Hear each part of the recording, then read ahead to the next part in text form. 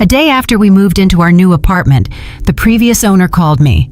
She said, "I forgot to turn off the hidden security camera and I accidentally saw what your husband was doing while you were at the grocery store. Come see me immediately, and whatever you do, do not tell him a word." Hello. Let me know in the comments where you're watching from. Don't forget to subscribe and hit the like button. Enjoy the story. Only 24 hours before that phone call, Maya Sterling was the happiest woman in the city. In the massive living room with 13-foot ceilings, the air smelled of expensive plaster, oak floors, and a faint hint of dust left behind by the movers. The sound of footsteps echoed with that hollow ring found only in old, monumental buildings. The Meridian Commons had stood there since the 1950s, looking like an impenetrable fortress guarding its residents from the chaos of the outside world. Maya stood by the tall window overlooking the inner courtyard, swirling a glass of champagne. The bubbles rose, turning gold in the sunset. She was 41 years old, but at that moment, she felt like a young debutante who had just been invited to the most important ball of her life. Andre came up behind her and wrapped his arms around her shoulders. His hands, strong, confident hands of a contractor used to reshaping space to fit his will, rested heavy and secure. "Well," he said softly, kissing her temple, "we did it. 12 years, Maya. We've been working toward this day for 12 years." Maya closed her eyes and took a sip. The wine tasted sharp. "I still can't believe it," she admitted. "When Elena agreed to sell us this place, I thought it was a mistake. People don't sell apartments like this, Andre. They're passed down as family legacies. Money solves any inheritance issue," Andre chuckled, turning her to face him. "Elena wanted to get out of the city and forget the past. We just helped her do that. Now this is our home, our fortress. No more rented corners, no more sideways glances from neighbors. You own the best boutique in the city. I'm a respected contractor. We earned the right to live at the Meridian." He clinked his glass against hers. The sound was clear and long-lasting. Maya looked at her husband. At 45, he looked even better than he did on their wedding day. The touch of gray at his temples only added to his authority. He was the man who had pulled her out of depression after that terrible tragedy with Lucas, when her brother died, or as the doctors put it, burned out from his lifestyle. It was Andre who handled everything: the funeral, the debts, the sale of her parents' old beach house to cover Lucas's loans. He had been her rock. "To our new life," Maya said, "and may the past stay behind the threshold." They drank it all. In the empty apartment, where the curtains hadn't even been hung yet, it felt like time itself had stopped to give them a clean slate. Andre walked across the room with the air of a man who owned the world, straightening a painting leaning against the wall. "They're bringing the office furniture tomorrow," he noted businesslike. "I'll head to the job site in the morning to check on my crew. You can start unpacking the kitchen boxes." "Of course," Maya nodded. "Just don't be late. I don't want to have our first dinner here alone." Andre flashed that same smile he used to charm clients when signing contracts. "I always come back, Maya. You know that." The morning didn't start with sunlight on her pillow, but with the sharp vibration of her phone on the nightstand. Maya opened her eyes and fumbled for the device. The screen showed the name, Elena Vane. Maya frowned. The deal had closed a week ago. The keys were handed over, the money was wired. What else was there to say to her brother's widow, a woman who had spent the last few years carefully avoiding any contact with her husband's family? Andre was already gone. His side of the bed was cold. Maya sat up, threw on a robe, and answered. "Hello?" "Maya, don't interrupt me and don't ask questions." Elena's voice was dry, like the rustle of dead leaves. There was no panic, no hysteria, just a bone-deep exhaustion. "Are you alone?" "Yes. Andre left for the..." "I don't care where Andre is. Listen carefully. Freedom Park, the bench by the Memorial Plaza, 40 minutes. Come alone. If you say a word to Andre, I'll vanish, and you'll never know what you actually bought." "Elena, what are you talking about? We bought the apartment. The paperwork is with the lawyer." "You bought the walls, Maya. I sold you what was inside. I'm waiting." The line went dead. Maya set the phone down. The chill of the morning floor seeped into her bones. She dressed mechanically, grabbing her bag and rushing out without even a cup of coffee. The park was empty. The memorial flame flickered in the wind. The faint smell of gas mixed with the dampness of the autumn air. Elena sat on the far bench, wrapped in a shapeless gray coat. She looked 10 years older than she had at the cemetery. Maya approached, trying to maintain her composure. She owned a high-end boutique. She was used to keeping a straight face for clients, even when her insides were trembling with dread. "Hello, Elena. What's with the mystery? If you forgot some things in the apartment, you could have just said so." Elena looked up at her. There was so much emptiness in her eyes that Maya felt a chill. The woman didn't even say hello. She reached into her deep bag and pulled out a tablet in a worn case. "Sit," she commanded. Maya sat, careful not to let their coats touch. "I didn't forget things, Maya. I forgot to turn off the surveillance system. Andre thought I was a fool who only knew how to spend Lucas's money. But I always knew he didn't trust me, so I put cameras everywhere, even in the pantry." Why do I need to know this? Maya felt a spark of irritation. You and Andre never liked each other, but spying. Look. Elena tapped the screen. The video was black and white, a bit grainy, but the quality was good enough to recognize the place. It was the pantry in their new apartment. The door was currently blocked by boxes. Andre had told her it was just construction debris he'd haul away in a few days. In the top right corner, the timestamp ran. The recording was from this morning, 40 minutes ago, exactly when Andre was supposed to be at his job site. On the screen, the door opened. Andre walked into the narrow, windowless room. He was wearing the same shirt Maya had seen him in that morning. In his hands, he held a plastic tray with food, a bowl of oatmeal, a piece of bread, and a glass of water. Maya's brow furrowed. What is he doing? It's just trash in there. Watch, Elena repeated harshly. Andre walked deeper into the narrow room toward a wall that looked solid. He leaned down and placed the tray on the floor. Then he took a step back and crossed his arms. His posture wasn't one of care. It was the stance of a prison guard. From a dark corner near the wall where the light didn't reach, a pile of rags began to move. Maya squinted. The rags rose. It was a man, thin, overgrown with hair, dressed in filthy clothes. He slowly crawled toward the tray. He moved as if every motion caused him pain, or as if he had long forgotten how to walk upright. He grabbed the bread with a trembling hand and began to eat instantly, choking it down without lifting his head. Andre said something to him. There was no sound, but from the movement of her husband's lips, Maya recognized that expression, disgusted, cold, and dominant. He kicked an empty plastic bottle toward the man with the toe of his boot, turned around, and walked out, locking the door tightly behind him. The man on the screen was left alone. He lifted his head and looked directly into the lens of the hidden camera, as if he could feel her gaze. Maya stopped breathing. The world around her, the park, the city noise, the wind, all vanished. There was only the face on the small screen. The eyes. She would have known those eyes in 100 years, deep set with the same curve their father had, the scar over the left eyebrow from when he fell off his bike as a child. This can't be, Maya whispered. Her voice failed her, turning into a rasp. We buried him 12 years ago. It was a closed casket. Andre identified the body. The paperwork. She looked at Elena, searching for a grain of pity. Some hint that this was a cruel prank or a deep fake, but Elena looked at her with brutal directness. A closed casket is convenient, Maya, especially when your husband is a master at solving problems and your brother owes too much money.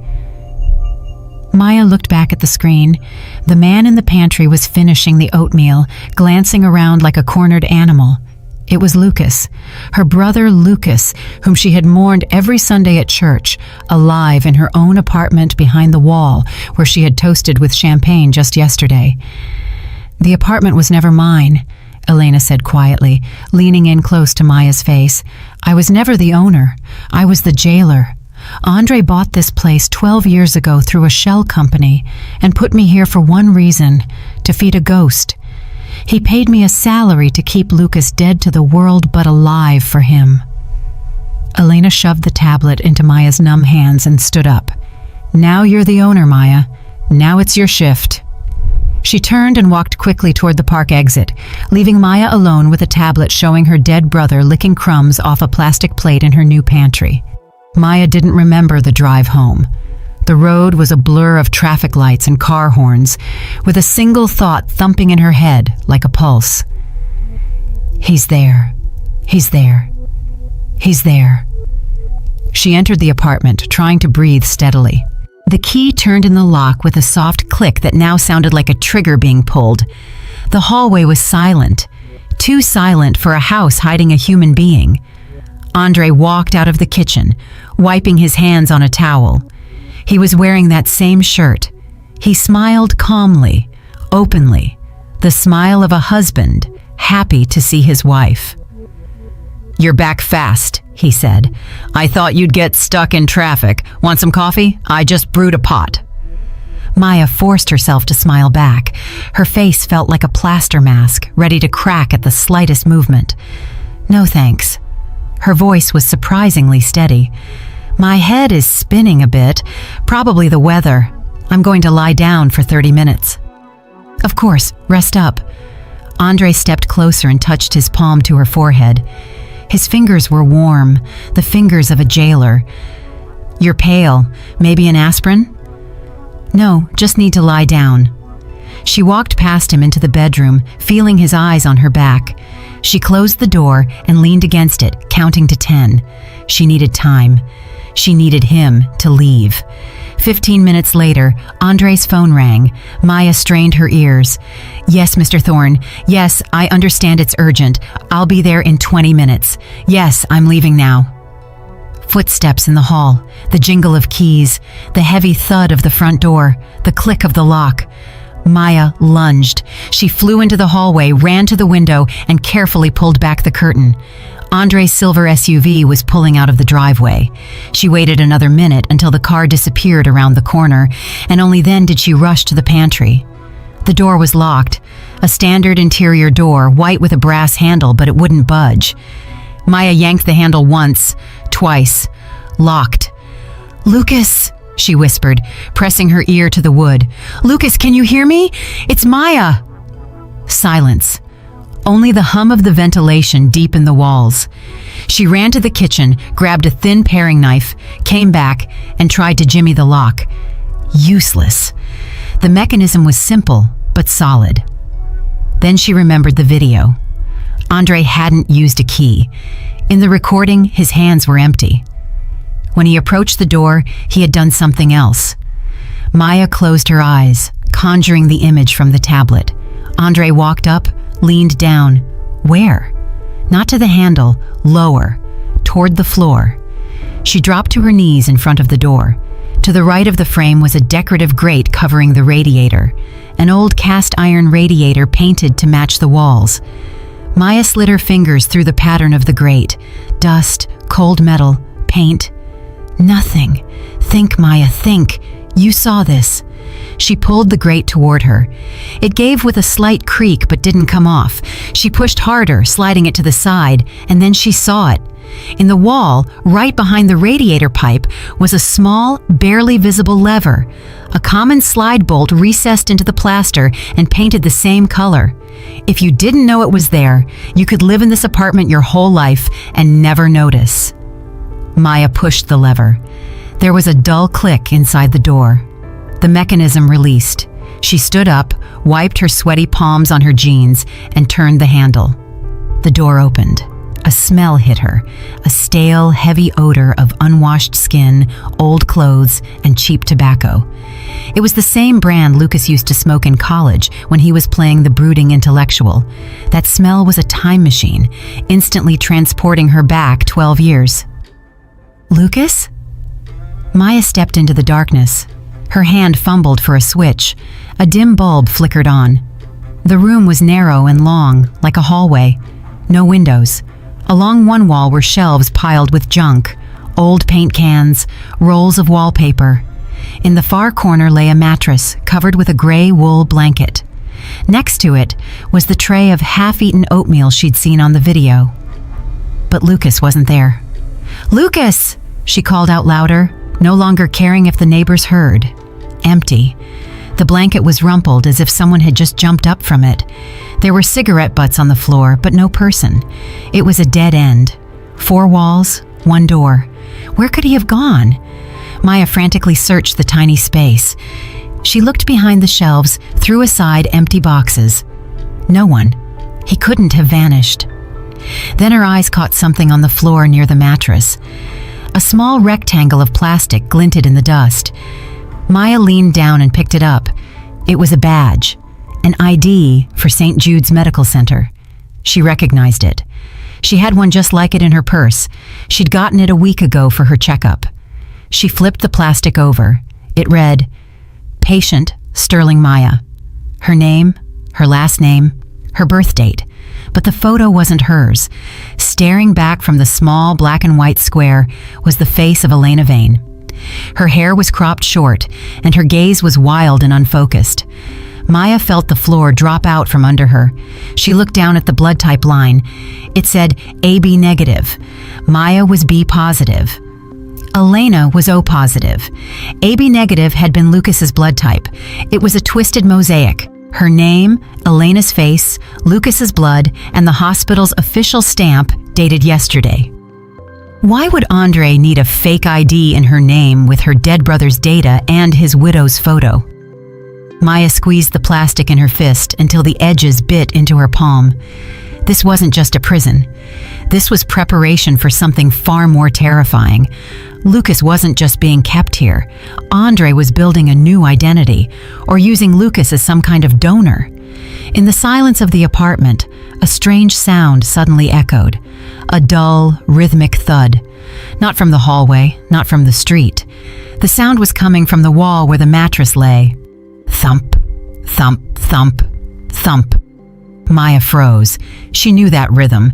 As children, she and Lucas used to knock on the wall like that when their parents sent them to separate rooms as punishment. 2 shorts, 1 long. "I'm here."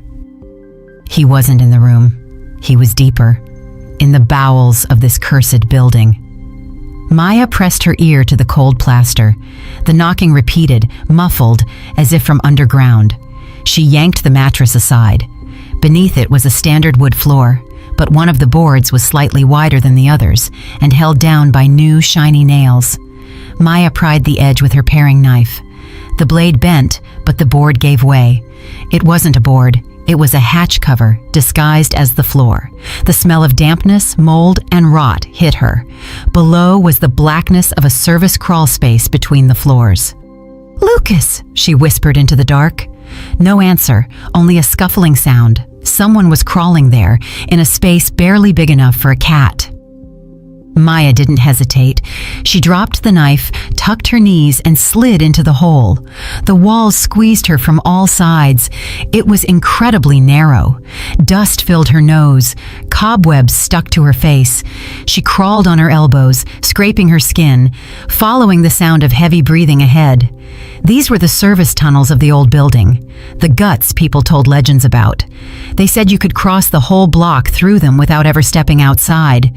Now she knew it was true. "Stop!" she cried out, choking on dust. "Lucas, stop! It's me!" Something clanked against a pipe ahead. The light from the pantry barely reached here, but Maya could make out a silhouette.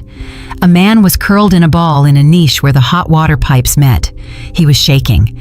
Maya crawled closer. Now she saw his face.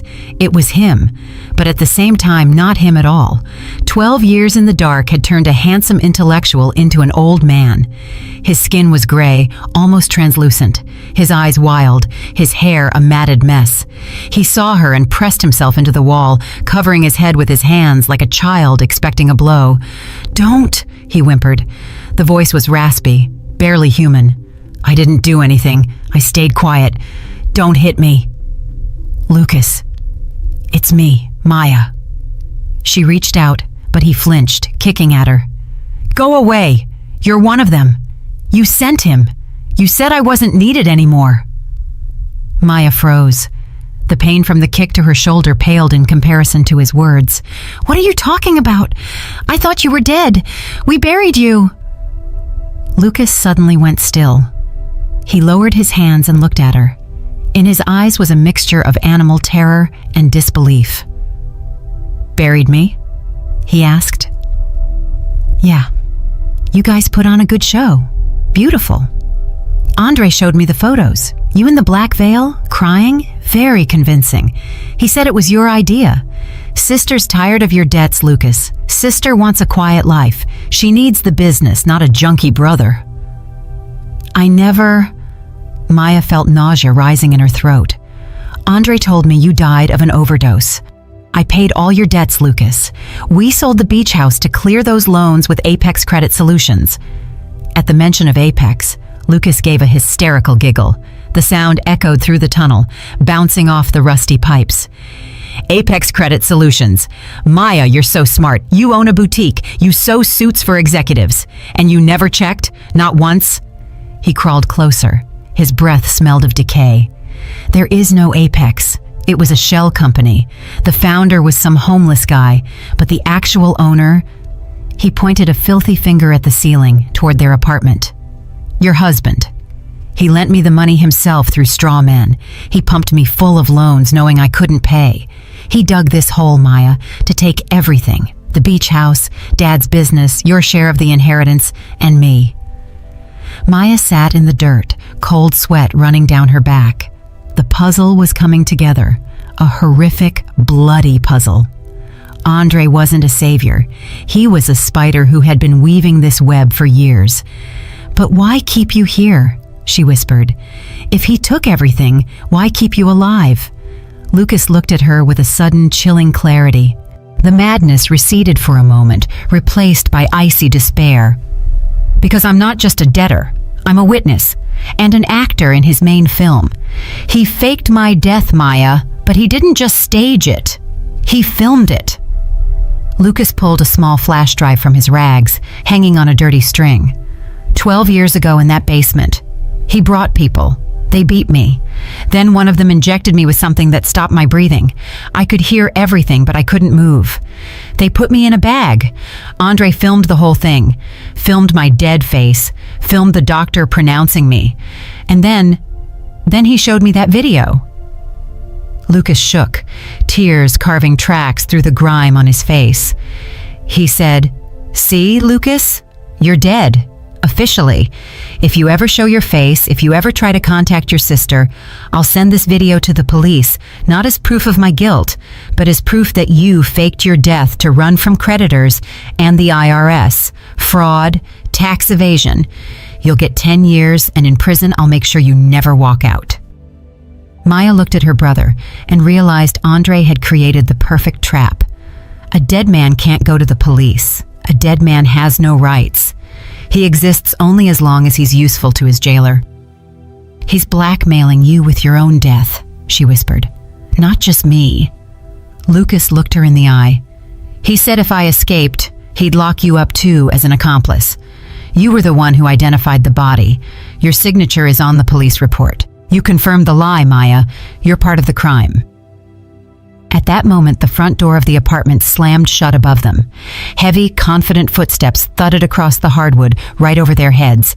Andre was back, early. "Quiet," Lucas mouthed, pressing back into the pipe niche. "He hears. He always hears." "Maya, honey, I picked up those eclairs you love. Where are you? You're not in the bedroom." His voice was calm and affectionate, the kind of voice that made Maya's blood turn to ice. He was walking toward the pantry. Maya froze, terrified to even breathe. The dust in her throat made her want to cough, but she bit her lip until it bled. The floorboards creaked right above the hatch. Andre was standing directly over them. "Maya?" His voice was muffled but clear. No alarm yet, just mild confusion. "Strange. The door's open, but no one's here." He took a step, then another. The sound of his footsteps faded as he left the pantry. Maya looked at Lucas. He was hugging his knees, shivering. His eyes pleaded with her. "Go." She nodded, silently promising to return, and crawled back toward the light. Getting out was harder than getting in. Her muscles cramped and her hands slipped. She hauled herself up into the pantry and immediately closed the hatch, pinning it with the board. The mattress went back. The boxes were moved back to their original positions. She barely had time to brush the dust off her knees and slip into the hallway before Andre appeared from the kitchen. He was holding a box of pastries. "Ah, there you are." He smiled, but his eyes remained cold, scanning her. "I thought you were playing hide and seek. Where were you? I called for you." Maya leaned against the wall, her legs trembling. Her heart was beating so hard she thought it would burst through her ribs. I was in the bathroom. The water was running. I didn't hear you." Andre stepped closer. He looked at her face, then shifted his gaze to her hands. Dirty, dusty, scraped hands. Then to her jeans, stained with white plaster on the knees. His smile changed. It became soft and sympathetic, that tender smile that made her want to scream. "Maya, sweetie." He set the box on the side table and took her wrist, lifting her dirty palms to the light. "Look at you. You're shaking, and this mess. You were looking for the old photos again, weren't you?" "What?" Maya was caught off guard. "No, I dropped my ring behind the dresser. I had to crawl for it." "Shh." He pressed a finger to her lips. "Don't make excuses. I understand. Moving is a huge stress, and this neighborhood, the memories, it probably feels like the past is coming back, doesn't it?" He spoke in a quiet, hypnotic tone, like a psychiatrist with a volatile patient. "I've noticed you haven't been yourself lately, forgetting things, mixing up dates. Like right now, you're talking about your ring, but you're wearing it." Maya looked at her hand. Her wedding ring was indeed on her finger. She had told the first lie that came to mind, and he had caught her. "Andre, I'm not crazy," she snapped, pulling her hand away. "I'm just tired." "Of course you're tired. You're overworked, maybe even a little paranoid from the stress. You need to lie down. I'll call a doctor to give you a sedative." "I don't need a doctor," she shouted, backing away. "I just need to be alone." At that moment, there was a sharp knock at the back door, the one leading to the service stairs. 3 quick raps. Andre frowned. The mask of the caring husband cracked for a second, revealing irritation. "Who is that now?" he muttered. "I'm not expecting anyone. Go to the bedroom, Maya. I'll handle it." But Maya didn't move. She recognized that knock. Only one woman knocked like that. "No, I'll get it," she said, and beating her husband to it, she threw the latch. Elena stood on the threshold. She looked even worse than she had in the park. Her face was gray, her lips bitten raw.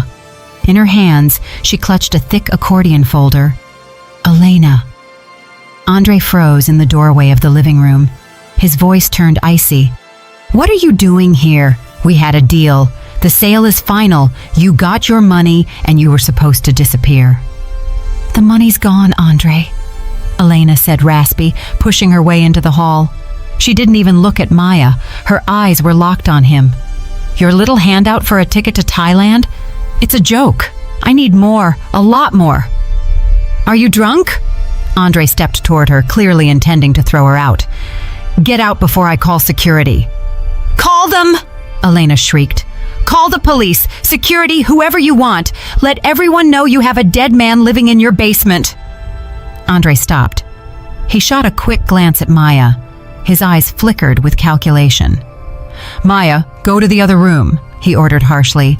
"Elena's having a breakdown. She just wants money for a fix. Don't listen to this nonsense." "Nonsense?" Elena laughed a terrifying, barking laugh. "Maya already knows, Andre. She saw the video. I showed her." Silence fell. A thick, heavy silence, where the only sound was the ticking of the grandfather clock in the living room. Andre slowly turned his head toward his wife. There was no care or warmth left in his eyes, only a cold, predatory void. "You saw it?" he asked quietly.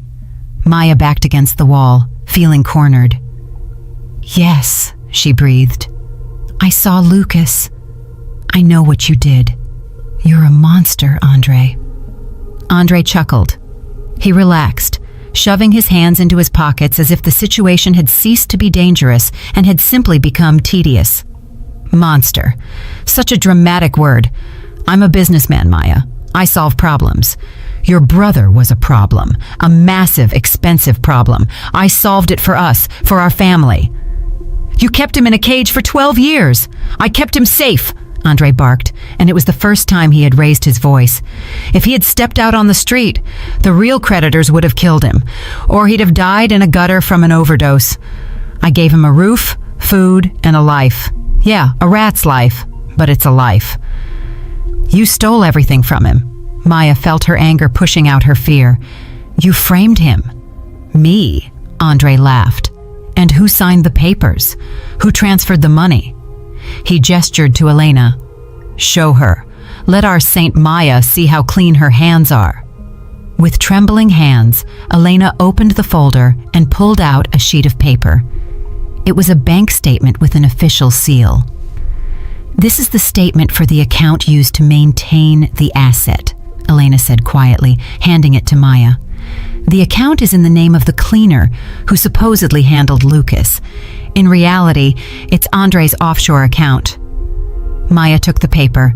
The letters danced before her eyes, but she forced herself to focus. Sender, Sterling, Maya A. Payment purpose, charitable donation. Amount, $700. Frequency, monthly. Starting October, 12 years ago. What is this? Maya whispered. I didn't send this money. You did, Andre said softly. Remember that animal rescue foundation I suggested years ago? Second Life. You signed the auto pay. You thought you were saving puppies, but you were paying for your brother's imprisonment. The food, the electricity, Elena's silence. Maya stared at the paper as her world collapsed. You made me an accomplice, she said, her voice unrecognizable. You made me pay for my own brother's prison. Legally? Yes, Andre nodded. To any investigator, it looks like this. A sister wanting to get rid of her junkie brother hires a man, fakes his death, and then pays for 10 years to keep him in a secret room. The motive is there. The inheritance. The means are there. And the evidence? It's right there with your electronic signature. He walked right up to her and leaned into her ear. We're in the same boat, Maya. If I go down, you go down with me as the one who ordered it. And the one who pays gets more time than the one who pulls the trigger. Elena stood by the door, clutching her empty folder. I need money, Andre, she repeated dully. Or I go to the police. I have nothing left to lose. Andre looked at her with contempt. Fine, you'll get your money, but first, Maya and I need to discuss something. In private. He placed a hand on Maya's shoulder, a heavy, possessive hand. We have a choice, Maya. Either we go to the police right now and we both go to prison, or we sit down, have some tea, and decide how to live with our little family secret. Maya looked at the bank statement in her hand, her signature, her money, her prison. She slowly looked up. Something inside her clicked, like a gear shifting. The fear that had paralyzed her vanished, replaced by an icy crystal clarity. Andre thought he had cornered her. He thought she would break under the weight of guilt, even manufactured guilt. He didn't know one thing. Maya Sterling had run a boutique for 20 years, dealing with the most demanding people in the city. She knew how to smile while holding a knife behind her back. Fine, she said, her voice surprisingly calm. You're right, Andre. We don't need the police. We don't need a scandal. I value my reputation too much to let this get out. Andre blinked. He had expected hysterics, tears, or denial, not agreement. You understand? He loosened his grip on her shoulder. I understand. We're tied together. Maya neatly folded the statement and set it on the table. Elena, wait in the kitchen. My husband and I need to talk. Elena, looking confusedly from one to the other, shuffled into the kitchen. Maya walked into the living room and sat in an armchair. She gestured to the sofa across from her. Sit. We need to agree on terms. Andre sat, still wary. What terms? We just keep living, Maya. I'll take care of Lucas like I have all these years. Elena gets her money and leaves. Everything stays the same. No, Maya shook her head. It can't stay the same. I can't live in this apartment knowing my brother is behind the wall, but I also know that letting him out now means prison for both of us." She paused, giving him time to take the bait. "I want guarantees, Andre. You're too smart, too cunning. Today we're partners in crime, but tomorrow you might decide I'm a liability. I need insurance." "What insurance?" "This apartment and the cottage. You'll transfer the titles to me completely, right now." Andre laughed. "Are you joking? That's millions of dollars, Maya." "And what is your freedom worth?" She leaned forward. "Or do you think I won't risk the police? I can play the victim, Andre. The poor woman tricked by her husband into financing a kidnapping, but you, as the mastermind, you won't wiggle out of that." Andre stopped laughing. Maya saw the gears turning in his head. He was weighing the risks. "Fine," he finally said. "If that's the price of your peace of mind, take it. But we do it quietly, without your lawyers. I have a notary who works weekends and doesn't ask questions.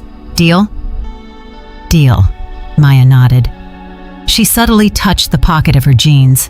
Her phone was there, with the voice recorder running. She'd turned it on in the hallway when she heard Elena's voice. "But before we go," she said softly, "tell me the truth. For me. Why did you do it? Not for the money. I know you. There was something personal." Andre rubbed his face tiredly. The tension of the last few hours had finally caught up to him. He relaxed, believing the crisis had passed and his wife was back on his side. "Because he was always the favorite," he said hollowly. "Lucas the genius, Lucas the talent, Lucas the family's hope. And who was I? Maya's husband, the guy who fixes roofs. I wanted to show your father I could run his empire better than his golden boy. I wanted Lucas to depend on me, to be nothing without me. And I succeeded." "You created a hell just to feel like a god," Maya summarized. "I created order," Andre snapped. "Enough talk. Get ready. We're going to the notary." An hour later, they were in a small office in a basement downtown. The notary public sign looked official enough. Inside, it smelled of coffee and paper. Behind a massive desk sat a man in an expensive suit and gold-rimmed glasses. He introduced himself as Victor. Maya felt her hands shaking but kept them steady. The recorder in her pocket was her main weapon, but right now, she needed the paper, the document that would make her the master of the situation.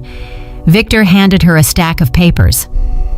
"Property quitclaim deed," he explained in a bored, official tone. "Apartment 12 at the Meridian and the cottage at Pine Lake. Transfer of ownership to Maya A. Sterling. Review and sign." Maya scanned the text. The legal jargon was dense, but the essence was clear. Andre was voluntarily giving her everything. She looked at her husband. He sat beside her, calm, almost indifferent. He signed his copy without looking. "Your turn," he said. Maya took the pen. At that moment, she felt an incredible sense of relief. It was a victory, messy and dirty, but a victory. With this document, she could kick Andre out. She could hire the best lawyers for Lucas. She could fix everything. She signed her name in a large script at the bottom of the page, then signed the transfer act and the notary's ledger. "Congratulations," Victor said, stamping the paper with a loud thud. "The deal is finalized." Maya exhaled. She hugged the folder of documents to her chest like a shield. "Can we go home now?" "Of course," Andre smiled. Home. They walked out into the street. The autumn air felt sweeter than ever to Maya. She had done it. She had outplayed him. Andre opened the car door for her. "You know," he said as they pulled away, "I'm almost glad it happened this way. No more secrets between us. We're true partners now." Maya didn't answer. She looked out the window, clutching the folder. She didn't notice Andre typing a message on his phone and sending it.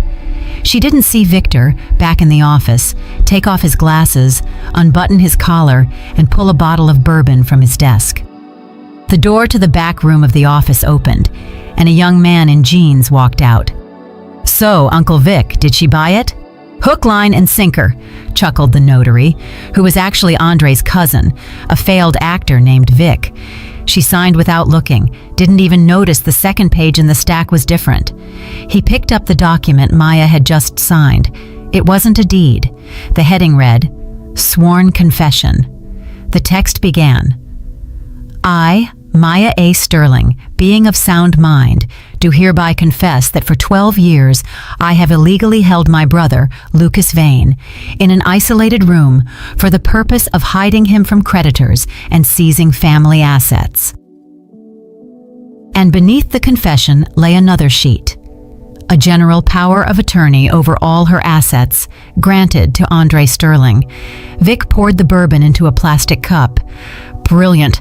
Andre's a damn genius. Meanwhile, Maya sat in the car, clutching the folder that wasn't a shield, but a prison sentence. She was thinking about how she'd get home, open the pantry, and tell Lucas he was free. She didn't know the trap had just snapped shut. Andre's SUV slowed to a stop at the entrance of the Meridian Commons. Maya didn't wait for him to open the door. She jumped onto the sidewalk, clutching the folder. I'm going to Lucas right now, she tossed over her shoulder. You have 1 hour to pack your things. Andre didn't respond. He just smiled strangely and pressed a button on his key fob, locking the car doors.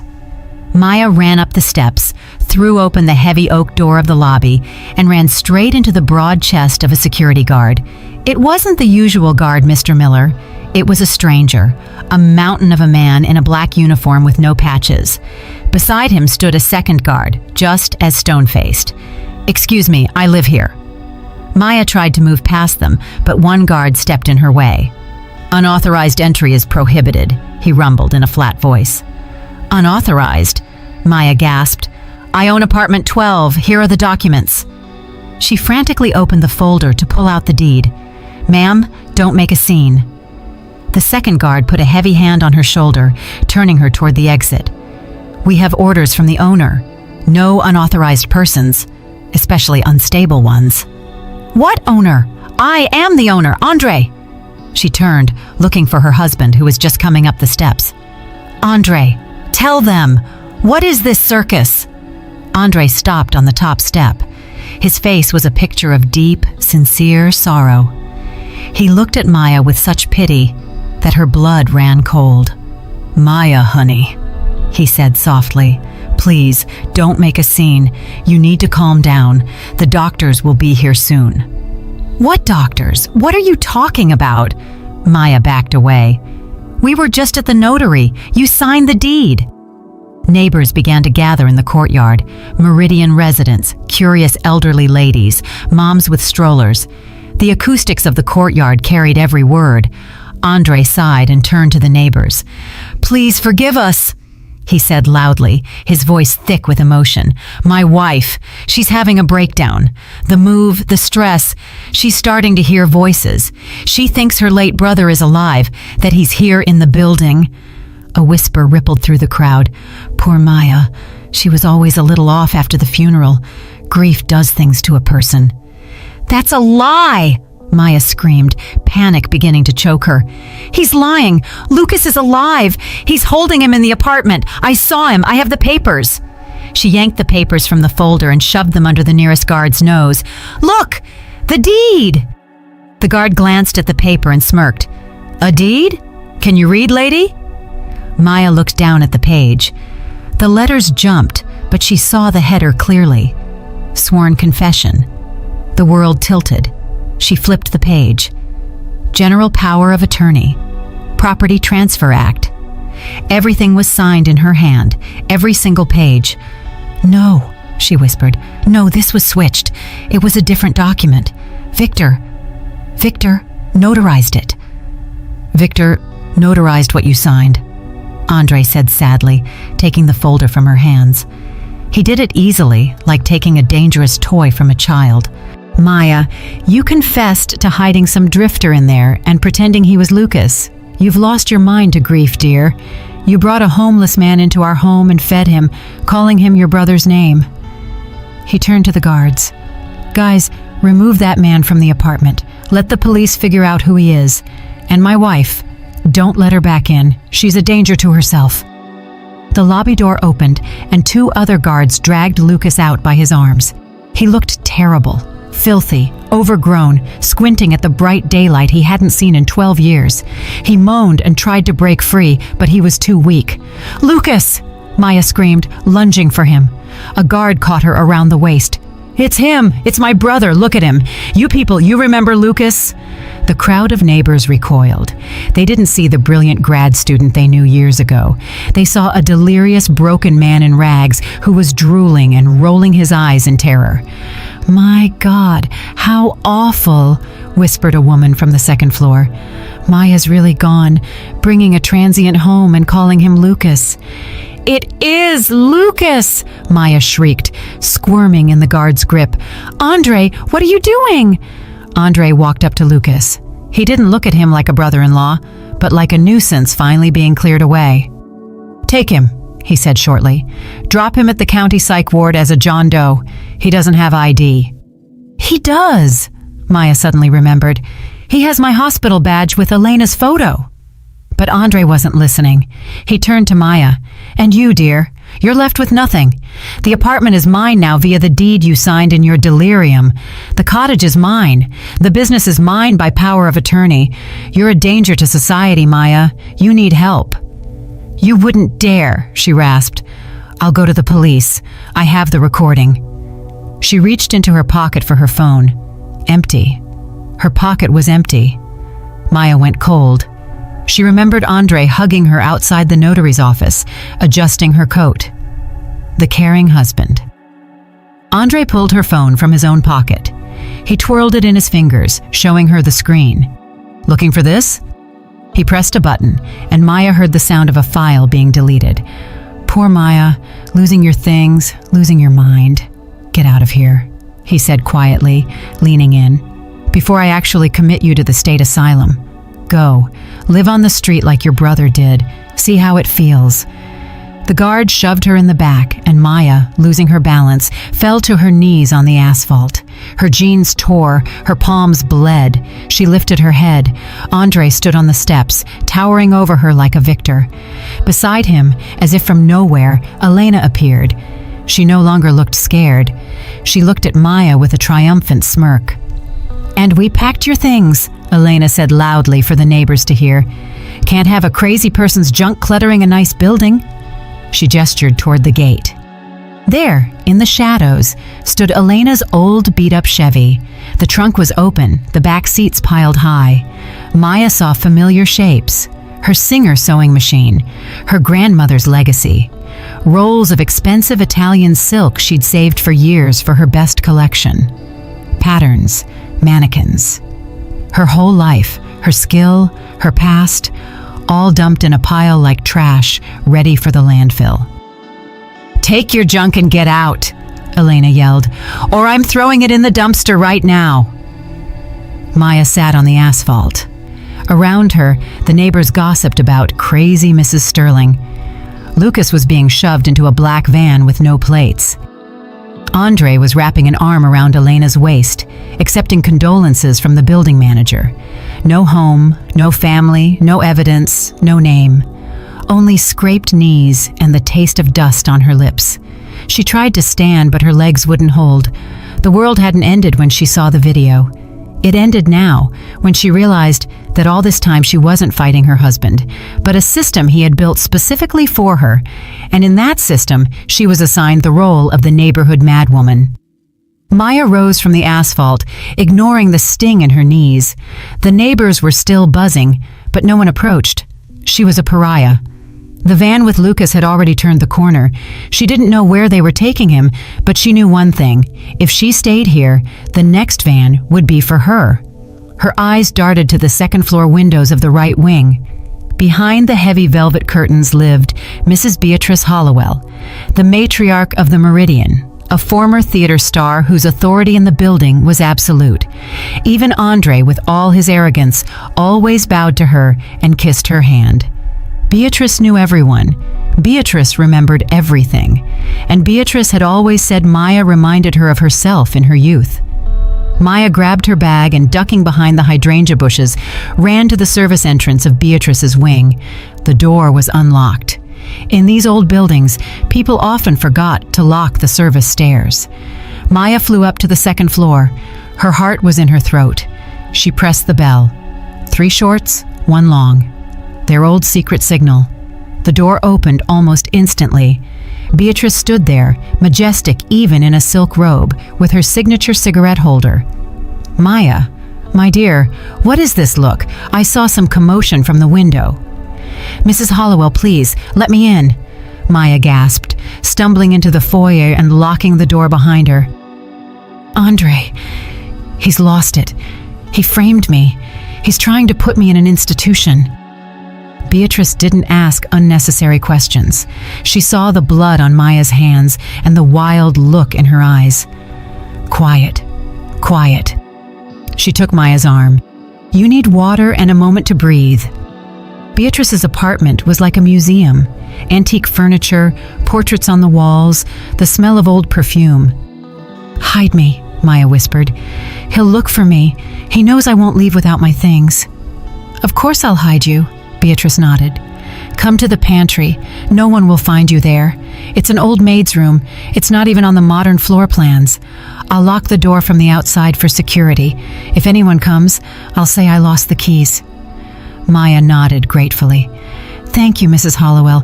You're the only one I can trust." The door closed. The lock clicked. Maya was left in the semi-darkness among jars of preserves and stacks of old theater magazines. She slumped to the floor, head in her hands. She had to think. "Lucas, where is Lucas? How do I find him? How do I prove Andre is lying?" Her eyes fell on an old secretary desk in the corner of the room. It was piled with papers, receipts, and ledgers. Maya mechanically reached for one just to occupy her hands. It was an old ledger, worn and tattered. Beatrice had always kept the building's unofficial books from back when she was the board president. Maya opened it to the middle. Columns of numbers, dates, names. Roof repair, 2015. Pipe replacement, 2018. Suddenly, one name jumped out. Sterling A. Maya looked closer. Opposite Andre's name were sums, huge sums. But these weren't Andre's payments to the building fund. They were disbursements. Renovation of Unit 5, Hollowell. Paid by Sterling A. $25,000. Individual HVAC installation, Hollowell. Paid by Sterling A. $8,000. Monthly utility coverage, Hollowell. Paid by Sterling A. A chill went through Maya's bones. For 10 years, Andre had been paying for the old guard's comfort, Beatrice's new roof, her expensive medications, the refinishing of her antique floors. Why? Why would Andre, who would squeeze a penny until it bled, support an old actress? Maya flipped back to the beginning. 2012, the year Lucas died, an entry from October 15th, 2012, 3 days after the funeral. Received from Sterling A. $10,000, purpose, community grant. And below, in Beatrice's elegant script, meeting minutes signed, no questions from residents. The book fell from Maya's hands. She remembered that day. The board meeting where Lucas's debts to the association were discussed. Andre had said Lucas was dead and provided a certificate, but they needed witnesses to confirm they saw the body being removed. And Beatrice had stood up and said in her trained theater voice, "I saw it. Poor boy. The paramedics took him out at night." Her word was law. Everyone believed her. The police didn't even bother questioning other neighbors, satisfied with the testimony of the respected Mrs. Beatrice Hollowell. She had sold Lucas out, sold him for a renovation, and paid bills. Footsteps sounded outside the pantry door. Not the shuffling steps of an old woman, but quick, confident ones. Then Beatrice's voice, but not the kind, soothing one she had used 5 minutes ago. It was a businesslike, hard voice. "Yes, Andre, she's here. Ran right to me, the little fool. I have her locked in the back room." A pause. Andre was saying something. "No, she's quiet. I told her I'd bring tea." "Of course, call them. Use the Mercy Care private service.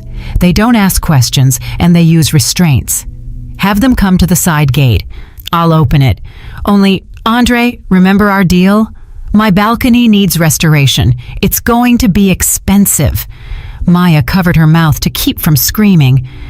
"Agreed," Beatrice cooed. "I'll see you in 10 minutes." The footsteps faded. Maya was left in the dark. The betrayal was total. There was no old guard preserving traditions. There was a pack of vultures Andre had been feeding for years, and now they were waiting to pick her bones. 10 minutes. She had 10 minutes before the orderlies arrived to take her somewhere people don't come back from. Maya looked at the tiny window near the ceiling. It led to a ventilation shaft, narrow, covered in cobwebs. But it was the only way.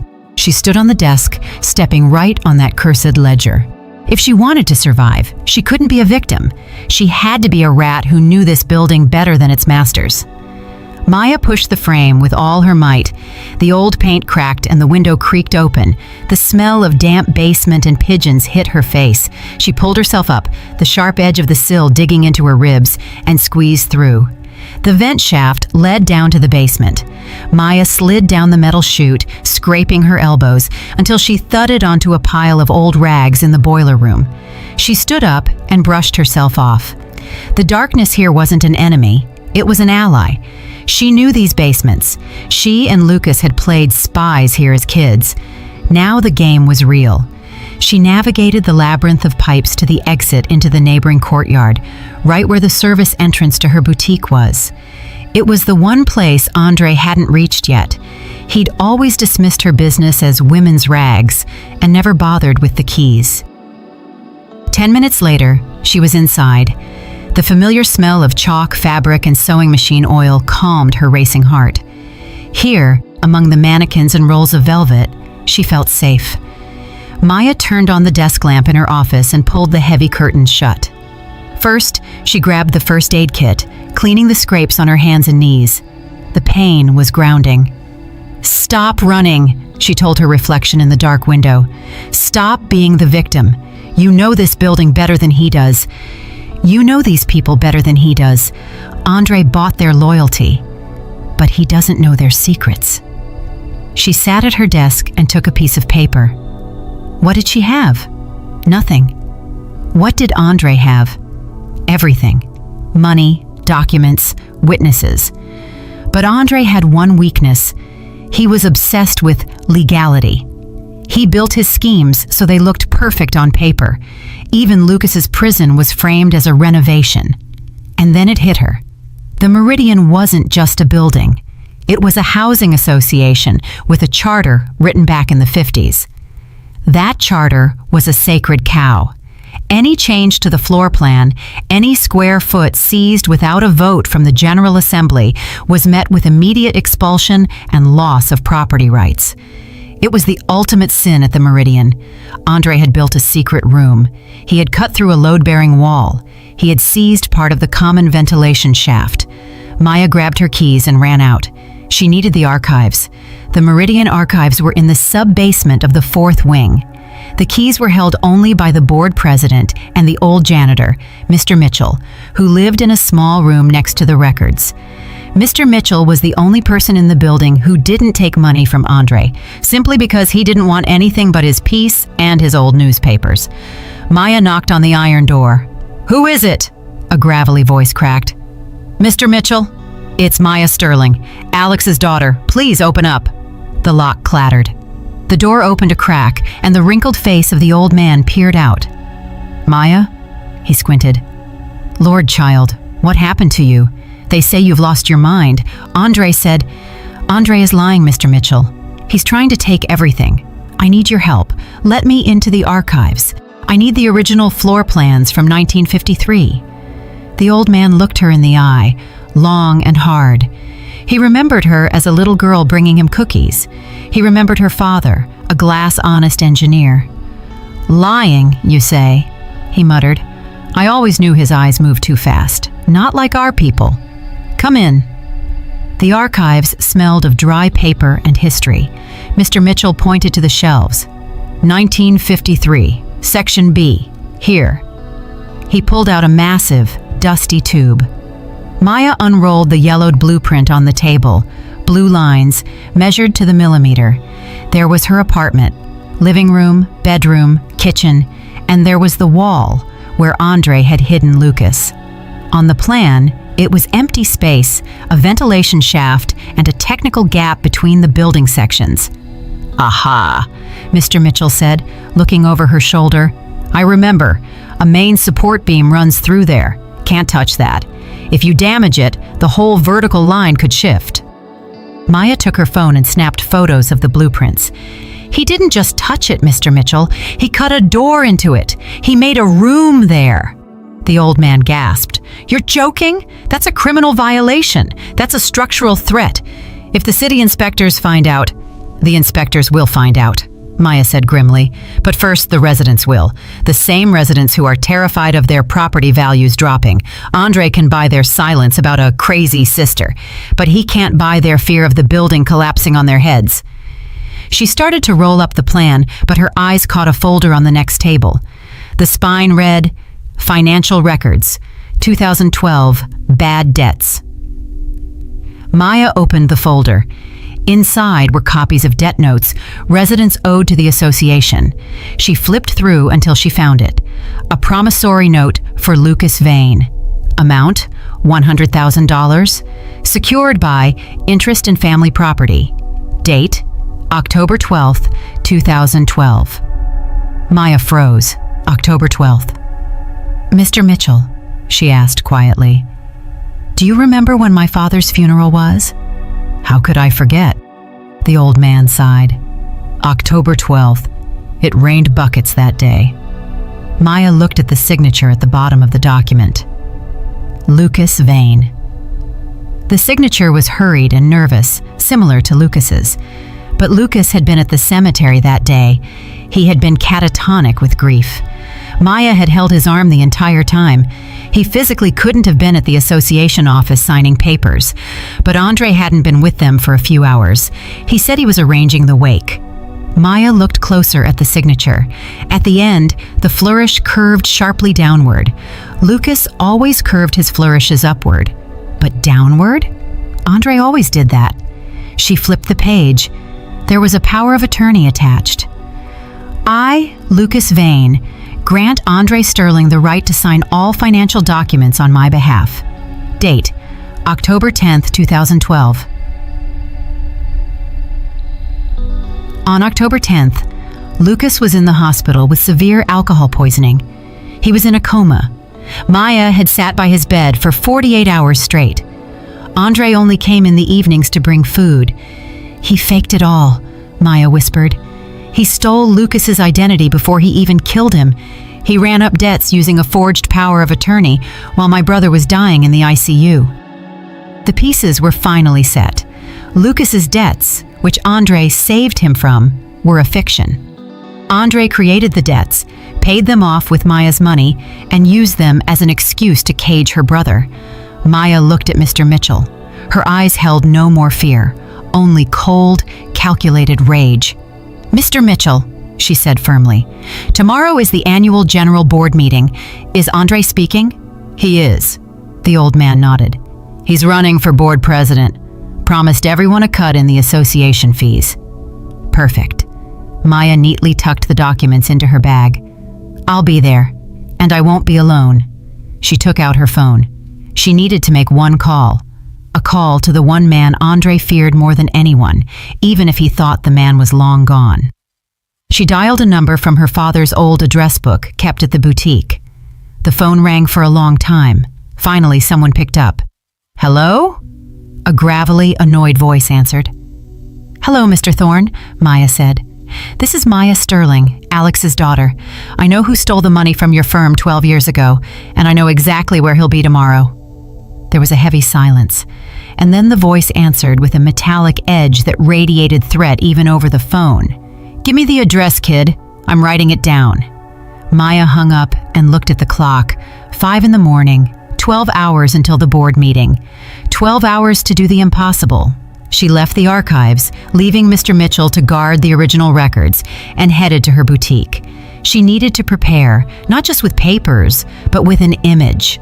At the Meridian, people are judged by how they look, and if she wanted to be heard, she had to look not like the crazy woman who had been dragged through the dirt yesterday, but like a queen returning for her throne. At the boutique, she chose her best suit, a sharp navy blue wool piece, the one she'd worn when she won the city's major uniform contracts years ago. She washed her face with cold water, covered the scrapes with foundation, and styled her hair perfectly. At 6 in the morning, she called the only number that could help her find Lucas. It was a risk, but she had no choice. She called Mercy Care, the private ambulance service Beatrice had mentioned. "Dispatch," a sleepy female voice answered. "Good morning, this is Maya Sterling. Your crew picked up my brother, Lucas Vane, yesterday from the Meridian." "We don't give info to third parties," the dispatcher snapped. "I'm not a third party." Maya's voice turned to ice. "I'm the client. My husband, Andre Sterling, paid for the call. He's having a problem with the transaction. He told me to tell you that if you don't want the IRS looking into your special services for transporting people without consent, you'll tell me where he is." The silence on the other end lasted forever. Maya was bluffing. She didn't know if Andre had paid yet, but she knew how these shady companies worked. They always operated in the gray, always in fear. "He's at the suburban facility," the dispatcher grumbled, "but you can't see him. He's in isolation." "I'll be there in an hour," Maya said. "Have him ready for discharge." She didn't go herself. She sent the only person she could trust with this, her driver and boutique manager, a strong young man named Marcus, who had worked for her for 5 years and hated Andre for his arrogance. "Marcus," she told him, handing him an envelope of cash from the safe. "Get him out, any way you have to. Buy them off, break him out, whatever.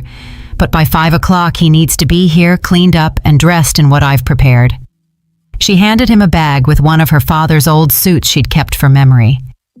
The day dragged on painfully. Maya sat in the boutique, going over the archive documents. Every paper was a nail in the coffin of Andre's reputation, but the nails had to be driven in correctly. At 4 in the afternoon, the Meridian courtyard began to fill with people. Workers set up a microphone. Residents brought out chairs. Andre walked among the rows, shaking hands, smiling, joking. He was in his element, the master of the house, the benefactor. Maya watched him through the blinds of her boutique. She saw him approach Beatrice Hollowell, kiss her hand, and whisper something. The old woman laughed, coquettishly adjusting her hat. "Laugh, you old vulture," Maya whispered. "Laugh while you can." At 4:45, a black van pulled into the courtyard. Marcus stepped out. He opened the back door and helped a man out. Maya exhaled. It was Lucas. He was pale and thin. His hands shook, but he stood straight. Marcus had shaved him, and in the father's suit, which hung a bit loose, he suddenly looked like the Lucas she remembered. An intellectual, a human being. Maya went out to them. Lucas looked at her with fear, but seeing her calm face, he relaxed a little. "Maya," he whispered, "where are we?" "We're going home, Lucas," she said, taking his hand. "We're going to get our names back." Exactly at 5 o'clock, Andre stepped onto the makeshift stage. "Dear friends, neighbors," his voice, amplified by the mic, echoed off the walls. "I'm glad to see you all here. This year hasn't been easy for our building, but we've managed. We repaired the roof, we replaced the pipes, all thanks to our unity." Light applause followed. People loved having their problems solved for them. "Today, I want to propose a new fund," Andre continued, beaming. "The Meridian Future Fund. I'll personally make the first donation, $100,000. This money will go toward landscaping, new play areas, and new secret rooms." Maya's ringing voice cut through the silence like a knife. Andre froze. The crowd gasped and parted. Maya walked through the courtyard. She wasn't alone. She held Lucas's arm. "Maya." Andre went pale. The microphone squealed with feedback. "What are you—" "Security! Remove this woman! She's ill!" 2 guards moved toward her, but Maya held up a hand. "Stop," she commanded with such authority they actually hesitated. "I am a member of this association. I am the owner of Unit 12, and I have the right to speak." She walked up to the stage. Andre looked down at her, but terror was already dancing in his eyes. He saw Lucas. He saw that Lucas didn't look like a crazy drifter. "Neighbors," Maya turned to the people, "my husband talks to you about landscaping in the future, but he's silent about the past." She pulled the 1953 floor plan from her bag and held it high. "Look at this. This is the official plan of our building, and this is what Andre did." She threw photos of the secret room onto the table in front of the board. She had managed to forward them to her own phone back in the park before Elena saw. "He cut through a load-bearing wall. He created an illegal space that threatens the structural integrity of this entire wing, and all so he could hide a human being there." A murmur ran through the crowd. Load-bearing wall. Collapse. That was scarier than any gossip. That touched their safety. "That's a lie!" Andre shouted, losing his cool. "Those are fakes. This woman is unstable. She brought an actor." "An actor?" Maya smirked. "Lucas, show them." Lucas took a step forward. He lifted his head and looked at the crowd. "I'm Lucas Vane," he said quietly, but in the silence of the courtyard, everyone heard him. "I've lived in this building since I was born. Mrs. Gable, remember when you used to give me cookies? Mr. Peterson, you taught me how to play chess." The seniors in the front rows began to look at each other. "My God," one grandmother whispered, "it really is Lucas. Those are Alex's eyes." "He's an imposter!" shrieked Beatrice Hollowell from her seat in the front row. "I saw Lucas being buried. Get him out of here!" Andre realized he was losing control. "Enough of this circus! Guards, throw them out! Now!" The guards moved forward again. There were 3 of them, big and mean. Marcus wouldn't be able to handle them alone. But then, the gates of the courtyard swung open with a bang. A black G-Wagon roared in, not new, but predatory and well-kept. It braked right in front of the stage, nearly hitting the guards. The door opened, and a stocky man with a cane stepped out. He had the face of a man who had survived the rougher streets of the 90s and come out on top. It was Victor Thorne, the owner of the debt collection firm Andre supposedly feared. But Andre didn't fear him. He looked at him with confusion. He didn't even recognize him. Victor Thorne walked up to Maya. "Hello, kid," he said in a deep bass. "Thanks for the invite." He turned to Andre. "And you must be Sterling, the one who took out $1 million loan from my firm 12 years ago and skipped out by declaring the borrower dead." Andre backed away. I don't know you. This is a mistake." "The mistake was thinking I'd forget." Thorne smirked. "I spent 10 years looking for Lucas Vane. Thought he ran off with my money. Turns out you stole the money and hid the kid." He pulled a document from his pocket. The original loan agreement Maya had found in the records. "The forensic audit confirmed it," he said loudly to the crowd. "The signature was forged. The power of attorney was a fake. The money went into shell accounts linked to Mr. Sterling here." The crowd went dead silent. It was checkmate. Andre stood on the stage, white as a sheet. He knew this wasn't just a scandal. It was a federal case, and the lead witness was a man the police didn't like to argue with. Maya looked at her husband. There was no triumph in her eyes, only exhaustion and cold contempt. "You wanted to be the king of the Meridian, Andre?" she asked. "Well, look at it. The Meridian is looking back at you." She turned to the residents. "Now ask Mrs. Hollowell how much it cost for her to stay silent about Lucas being alive." All heads turned to the old actress. Beatrice shrank into her chair, trying to become invisible, but hundreds of eyes were already boring into her. The trap had closed. The silence in the courtyard was ringing. Andre stood on the stage, his fingers white from gripping the podium. His perfect suit suddenly looked baggy, and his face looked gray and old. He searched for a supportive glance, but found only walls of judgment. Maya stepped forward, standing between her husband and the people. She was no longer the victim. She was the prosecutor, and this courtyard was her courtroom. "You heard, Mr. Thorne." Her voice was steady. Andre stole money, but that's only half of it. He stole a life. For 12 years, he kept my brother, your neighbor, in a stone box. He fed him scraps while he ate steak at your parties. He tricked me, his own wife, into paying for that prison. She looked over the rows of the old guard. You all know me. I grew up in front of you. My father helped build this neighborhood. My mother made your daughter's prom dresses. Did we ever lie to you? The elderly residents stayed silent, but their expressions shifted. Contempt for a crazy woman was replaced by the horror of the truth. And now look at him. Maya pointed at Andre. A man with no roots who bought a seat among you. A man who cut through the support beams of your home for his filthy secrets. A man who bought your conscience.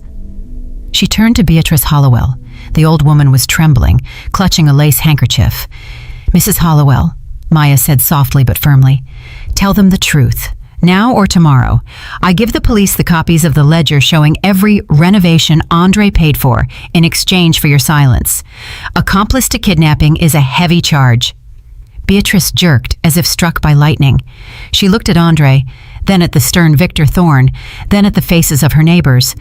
The survival instinct, honed by decades of social climbing, kicked in. She slowly stood up. Her legs shook, but her back was straight. The actress was taking her final bow. Her voice cracked, but she cleared her throat and continued louder. I have to confess. 12 years ago, Andre came to me. He said Lucas was in trouble, that he had to be hidden from dangerous people. He asked me to confirm Lucas's death to save him. I believed him. I thought I was helping. Liar! Andre screamed. You took the money! You demanded the balcony repair! I took help from a grateful neighbor! Beatrice shrieked, saving her own skin. I didn't know he was keeping the boy in chains. I thought Lucas had moved away. Andre tricked me, just like he tricked all of you. The crowd erupted. That was the end. Beatrice's testimony was the final nail. Get out! Someone shouted from the back. Fraud! Yelled a woman from the second floor. He's going to make the building fall down. Call the police. Andre backed away. He realized he had lost. Not just to Maya or Thorne, but to the Meridian itself, the collective body he had tried to dominate, which was now spitting him out like a foreign object. He tried to step off the stage, but Victor Thorne blocked his path. Going somewhere, hero? Thorne smirked. The cops are at the gate. I called them myself. We're going to talk about forgery and grand larceny. Andre looked at Maya. His eyes held pure, unadulterated hatred. You're nothing without me, he hissed. You're just a seamstress. I am a Sterling, Maya said calmly. And you? You're nobody. 2 police officers entered the courtyard. Andre didn't resist when they cuffed him. He only looked back once at the windows of the apartment he had thought was his fortress. At the gate, another commotion broke out. Elena, trying to slip away during the chaos with 2 massive suitcases, was intercepted by Marcus. In a hurry, ma'am? Marcus yanked the zipper on one of the bags. Silver spoons, jewelry boxes, and antique icons spilled onto the asphalt. Everything that belonged to Maya and Lucas's family. It's mine! He promised me! Elena shrieked. The police, having already packed Andre into the cruiser, came back for her. When the sirens finally faded, a new silence settled over the courtyard. This one was light and cleansing. Maya walked over to Lucas, who was leaning against an old oak tree. He was looking at the sky as if seeing it for the first time. It's over, Lucas, she said, hugging him. We're home. A month later. Autumn was in full swing, painting the Meridian courtyard in gold and crimson. Maya sat on the central bench. She was dressed in an elegant coat of her own design. Beside her sat Beatrice Hollowell, quieter, older, but still trying to maintain some dignity. Now she was the one looking into Maya's eyes, asking for advice on curtain colors. Maya had become the new, unofficial heart of the Meridian, not through power or money, but through the truth. Her neighbors respected her for standing tall, for cleaning the rot out of their home. Lucas walked out of the lobby. He looked completely different. Clean-shaven, wearing glasses, a folder of papers under his arm. He still walked with a slight limp, and a shadow of the horror sometimes flickered in his eyes. But he was returning to life. The university had reinstated him as a researcher. It turned out his dissertation, thought lost, had been saved by an old professor. "Maya, I'm heading to the library," he called out, waving. "I'll be back for dinner. Need anything?" "Pick up some sourdough bread," she smiled. She watched him walk away, then looked up at the windows of her apartment. The secret room had been demolished. The wall was restored. Now it was just a living room flooded with sunlight. Andre was awaiting trial. His accounts were frozen, his reputation destroyed. No one in the city would shake his hand again. Elena was giving evidence against him, hoping for a lighter sentence for the theft. Maya breathed in the cool air. It smelled of fallen leaves and freedom. She pulled her phone from her bag. A message from a new client flashed on the screen. "Mrs. Sterling, when can I come in for a fitting? They say you work miracles." "I don't work miracles," she whispered to herself, putting the phone away. "I just know how to rip out old seams to sew a new life." She stood up, straightened her collar, and walked home to a place where there were no more secrets. And that is the story, my friends. A story about betrayal by those closest to us, about the blindness of those who should have seen, and about how the truth, no matter how bitter or terrifying, is always better than a beautiful lie. What do you think? Did Maya do the right thing by airing the family's dirty laundry? Or should she have spared Andre because he cared for the family in his own twisted way? And does Beatrice deserve forgiveness for selling her soul for comfort? Let me know in the comments. If this story moved you, please hit the like button. It really helps the channel. Subscribe so you don't miss our upcoming dramas, and make sure to hit the bell icon. Take care of yourselves and your loved ones.